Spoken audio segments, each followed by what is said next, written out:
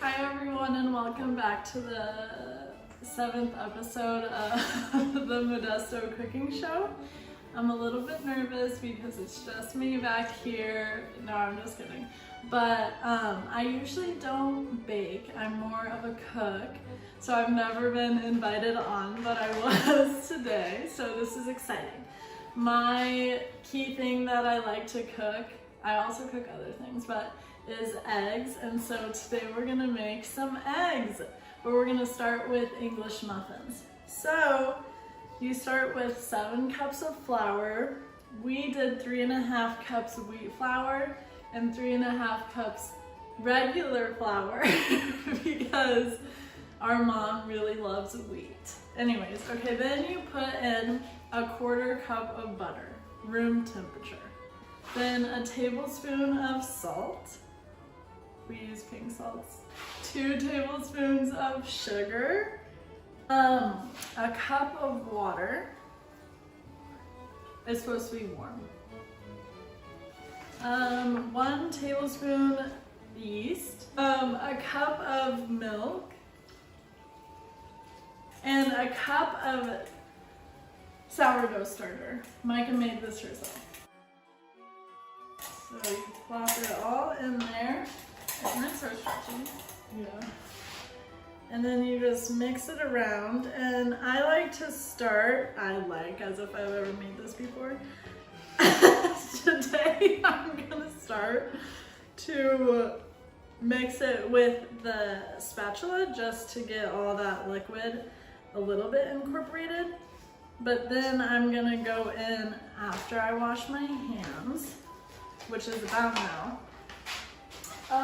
Because you really want to, oh, I'm kneading it. I've definitely cooked in my day, baked in my day, don't get me wrong. I just don't enjoy it because I'm not the biggest sweet tooth person. I prefer to make other stuff. I love making burgers, but I'm vegetarian.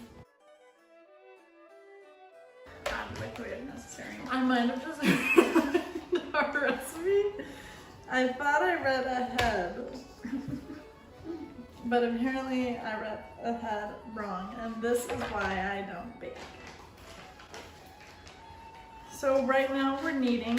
Kneading is a type of bread term that is used to describe the intense pushing. You also do it in ceramics when you just try to get the air bubbles. That's called wedging. Oh. That's the same thing. Kneading, wedging, it's literally the same motion. One is done with bread dough, the other is done with clay. Okay, so now to grease the pan, you just pour a little bit of oil in there, and again, I just washed my hands for a second time. And then you just spread it around. I'm sure there's a better way to do this, but this is how I do it. You again have backseat bakers. They come in here, they show off their abilities to the camera. Yeah, it's also the camera. And I'm just like, come on. So you take your dough, you plop it in here, then you cover it with saran wrap.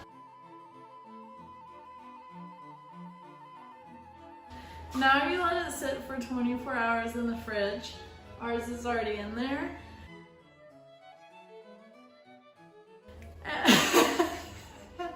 And we'll see you tomorrow morning for the best part.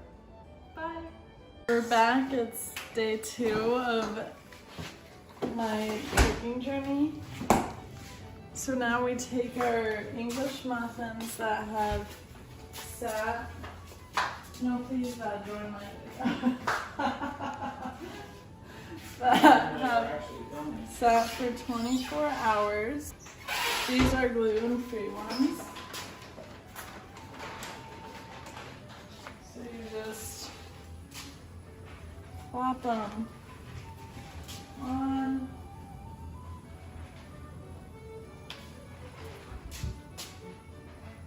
And then you just wait for them to cook and then we'll flip them. It takes 7 to 8 minutes. To 10. It's time to flip them.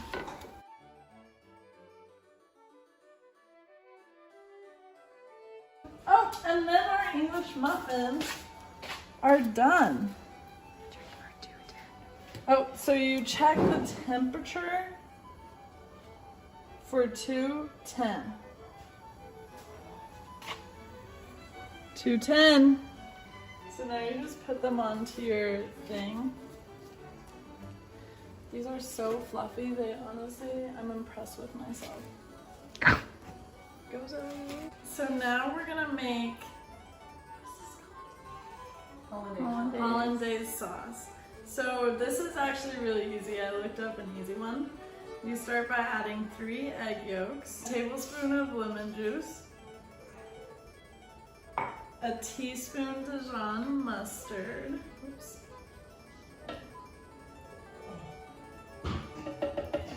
Sorry, Luke's working out outside. If you hear grunting, that's why. A 4th teaspoon salt. Just a pinch of cayenne pepper. However much microscopic. However much that means to you. Then you blend this all together.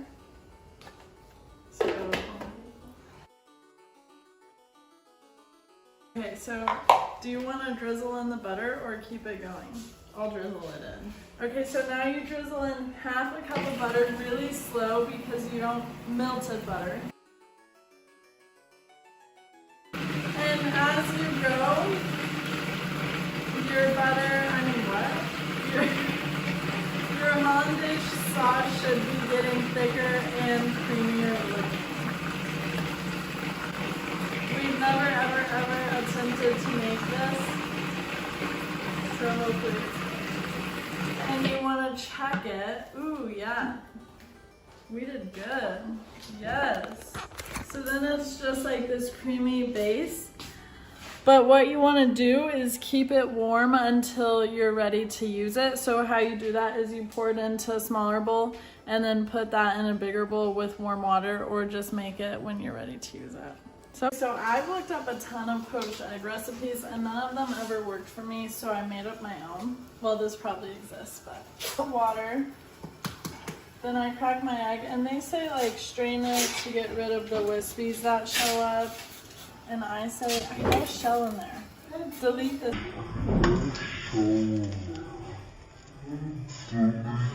Make poached eggs the way I do it is I let the water boil. Then I usually just crack my egg straight into there. Ow, I almost burnt myself. And then I let it sit there, it's still boiling. And you just let it boil forever. Then, I guess I'll just wait. So then what I do is I pick it up every once in a while and shake it like this, and you can obviously tell that there's way too much white stuff that's not cooked yet, so I put it back in. And that's what I keep doing until when I pick it up, it's a desired consistency. Like this one where it doesn't shake, but when you press on it, you can tell that the yolk is still totally uncooked. So just keep doing that and it'll turn out.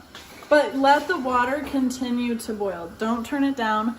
That's what all the websites say to do, and that's wrong. Is it going?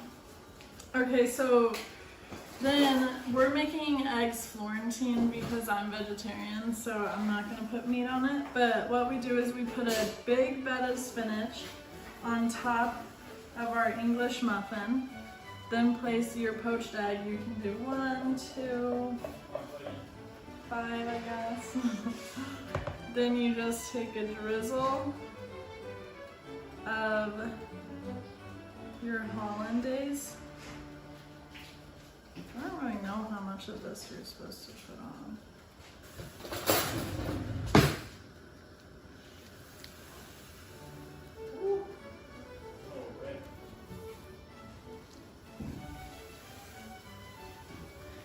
Perfect.